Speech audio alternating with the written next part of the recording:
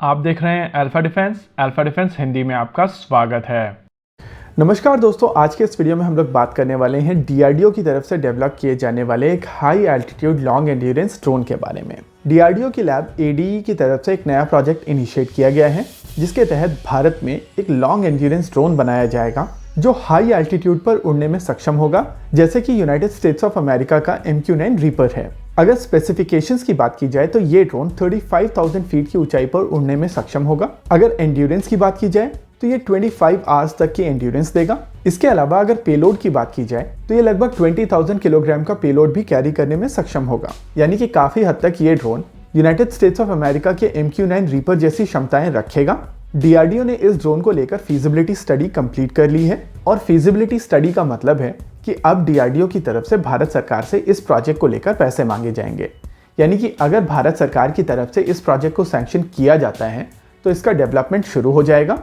Feasibility study के दौरान DRDO की तरफ से HAL को एक पार्टनर के तौर पर यूज किया गया था। इसका मतलब यह है कि अगर डीआरडीओ की तरफ से ये प्रोग्राम आगे बढ़ाया जाता है तो इसके प्रोटोटाइप HAL द्वारा ही बनाए जाएंगे। देखिए, ये लाइन बहुत सारे लोगों को ट्रिगर करने के लिए काफी है। बहुत सारे लोग यहाँ पर आकर कहना शुरू करेंगे कि पुराने प्रोजेक्ट खत्म नहीं हुए हैं, नए प्रोजेक्ट इनिशिएट किए जा रहे हैं, एडीई कोई अच्छा ड्रोन अभी तक बना नहीं पाई है, और फिर से 2 नए प्रोजेक्ट उन्होंने इनिशिएट कर दिए हैं। कुछ लोग यहाँ पर यह भी कहेंगे कि सरकारी कंपनीज को यहाँ पर इन्वॉल्व क्यों किया जा रहा है, प्राइवेट सेक्टर कंपनीज को यहाँ पर इन्वॉल्व करना चाहिए।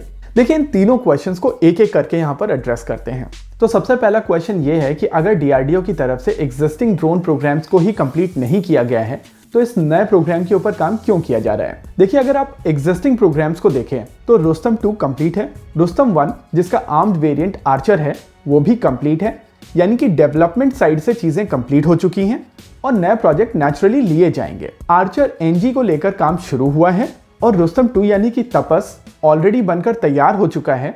तो इस समय एडीई के पास में रिसोर्सेस हैं एक और प्रोग्राम इनिशिएट करने के, और इसी वजह से ये नया प्रोग्राम इनिशिएट किया जा रहा है। रही बात रिक्वायरमेंट की, तो भारतीय सेनाओं के पास में ये रिक्वायरमेंट है, क्योंकि अगर Bharat United states of America से MQ-9 रीपर अक्वायर करना चाहता है तो नेचुरली भारत के पास में वो रिक्वायरमेंट है। और क्योंकि परचेस केवल 30 ड्रोन की है तो वो ये चीज इंडिकेट करती है कि भारत की एक्चुअल रिक्वायरमेंट कहीं ज्यादा है, लेकिन क्योंकि ये ड्रोन्स काफी ज्यादा महंगे हैं और यूएस से अक्वायर करने पड़ रहे हैं, इस वजह से इन ड्रोन्स को वहां से कम नंबर में अक्वायर किया जा रहा है, और इसी वजह से ये प्रोग्राम इनिशिएट करना एक लॉजिकल सेंस बनाता है। तीसरा क्वेश्चन जो कहा जा रहा है कि सरकारी कंपनीज को क्यों इन्वॉल्व किया जा रहा है, यहाँ पर प्राइवेट सेक्टर कंपनीज क्यों इन्वॉल्व नहीं की जा रही हैं, तो आप 1 मिनट के लिए इस वीडियो को पॉज कीजिए और दिमाग पर जोर लगाइए और सोचने की कोशिश कीजिए कि इस समय देश में कौन सी ऐसी कंपनी है जो इवन मैन्ड एयरक्राफ्ट बना सके। इस समय HAL और NAL को छोड़कर भारत में कोई भी ऐसी कंपनी नहीं है जो मैन्ड एयरक्राफ्ट बना सके,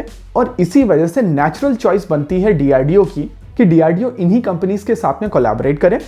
देखिए, आपको यहाँ पर यह भी समझना पड़ेगा कि HAL की तरफ से HTT-40 केवल 1.5 साल के अंदर बनाकर कंप्लीट कर लिया गया था, और ये चीज इंडिकेट करती है कि HAL के पास में वो क्षमता है कि प्रोपेलर इंजन का प्रयोग करते हुए वो एयरक्राफ्ट बना सकते हैं। और रही बात अनमैन्ड प्लेटफॉर्म्स की, तो उनमें जाने वाली टेक्नोलॉजी डीआरडीओ तपस के केस में ऑलरेडी डेवलप कर चुका है, और अब यहाँ पर केवल स्केलेबिलिटी की जाएगी, यानी कि बेसलाइन आर्चर से आर्चर NG और रुस्तम 2 से ये हेल ड्रोन बेसिकली अपस्केल करे जाने वाले प्रोजेक्ट्स हैं, यानी कि इनमें जाने वाली टेक्नोलॉजी ऑलरेडी मौजूद है और सिस्टम्स को अपस्केल करके उस लेवल तक ले जाना है। इसके अलावा आपको यह भी समझना पड़ेगा कि ये ड्रोन केवल एक इंजन का प्रयोग करेगा, और ये इंजन 950 हॉर्स पावर की पावर रखने वाला इंजन होगा, यानी कि काफी हद तक HTT-40 में यूज किए जाने वाले इंजन का प्रयोग यहाँ पर हो सकता है, और वो चीज फिर से एक सेंस बनाती है कि क्यों यहाँ पर HAL को ही यूज किया गया है। ओवरऑल अगर आप इस प्रोजेक्ट को देखें तो ये एक अच्छा प्रोजेक्ट है, और शुरुआत आपको कहीं ना कहीं से करनी थी। रही बात प्राइवेट सेक्टर कंपनीज की, तो आने वाले समय में जब ये प्रोजेक्ट बनकर तैयार हो जाएगा और टेक्नोलॉजी के ऊपर भारत का कंट्रोल आ जाएगा, तब ये टेक्नोलॉजी प्राइवेट सेक्टर कंपनीज को दी जा सकेगी, और HAL की मदद से पहले सब सिस्टम्स और फिर पूरा का पूरा सिस्टम ये प्राइवेट सेक्टर कंपनीज बना सकेंगी। LCA तेजस के केस में ही HAL की तरफ से बहुत सारी टेक्नोलॉजीज MSME और प्राइवेट सेक्टर कंपनीज को दी गई है, और टेक्नोलॉजिकल सपोर्ट देने के बाद में HAL की तरफ से इन कंपनीज को ऊपर लाया गया है। ऐसा नहीं है कि देश नहीं चाहता है कि प्राइवेट सेक्टर कंपनी ऊपर आए, लेकिन अभी प्राइवेट सेक्टर कंपनीज उतनी मैच्योर नहीं है कि वो पूरा का पूरा सिस्टम भारत में बना सकें। शुरुआत हमेशा सब सिस्टम से होती है और धीरे धीरे मैच्योरिटी के साथ में सिस्टम्स ऊपर आते हैं। देखिए, ये प्राइवेट सेक्टर कंपनीज के साथ में जो इमोशन है ये समझ में आता है, क्योंकि बहुत सारे ऐसे सिस्टम्स हैं जिनकी टेक्नोलॉजी प्राइवेट सेक्टर कंपनीज को दी गई थी और उसके बाद उनकी तरफ से अच्छे रिजल्ट्स दिए गए हैं, लेकिन किसी भी केस में वो टेक्नोलॉजी उनकी तरफ से डेवलप नहीं की गई थी। रही बात ड्रोन्स की, तो इस समय देश में केवल एडी ही इकलौती ऐसी लैब है जो इस लेवल का ड्रोन बना सकती है।